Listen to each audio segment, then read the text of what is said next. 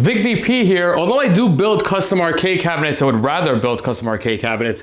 Sometimes I do get replicas, original arcade cabinets that request some retrofitting. And sometimes, yeah, I do get some arcade one-ups. Take a look at this Yoga Flame Legacy Edition cab that I modded to have 29,000 games on it. Now be sure to stay tuned on the channel. I do have 3 videos coming up talking about these 3 cabinets right beside me, as they all are getting the same modification slash system in them.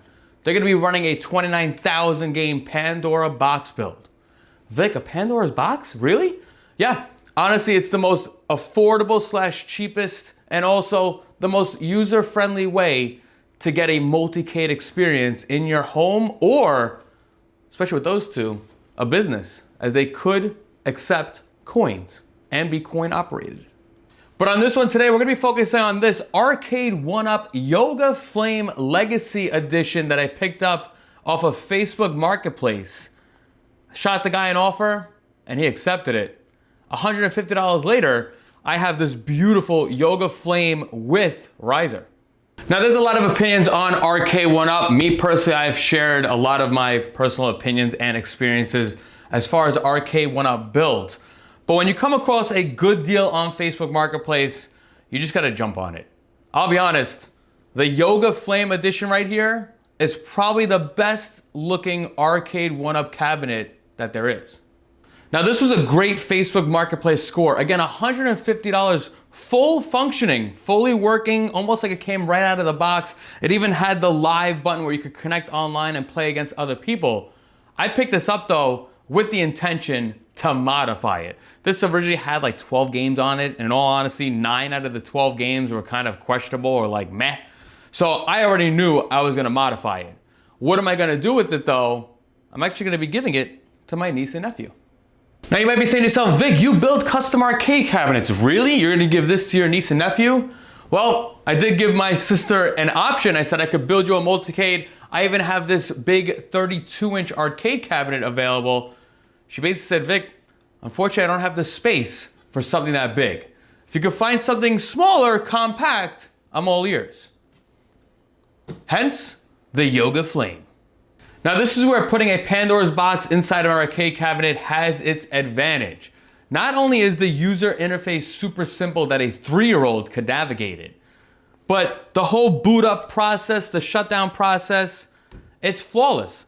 Flip the switch, pick a game, game on. Once you're done, flip the switch and turn it off. Unlike a Raspberry Pi or even a PC-based system where you have to turn it on, wait for Windows to boot up, wait for Launchbox to launch, you hit a random button, all of a sudden you're inside of some random category, and you have to make sure that you shut down your PCs to avoid any hard drive failures or, in Raspberry Pi's cases, SD cards flashing. The Pandora's box is a great way to get introduced to the multicade world. Now it does have its disadvantages. Mainly, some people want to play some current gen games such as Street Fighter 6. This can't do that. Again, I can't stress it enough. If you're looking to get into the multicade scene, get your feet wet on what these things can do, I always recommend a Pandora's box build. Just keep in mind, this is like the bare minimum. If you want more, you gotta spend some money and get your hands on a PC-based system. Again, with this Yoga Flame Arcade 1-Up, totally modified, I got it working just like a regular Arcade 1-Up would. Flip the switch on and off. Game on, my guys, game on.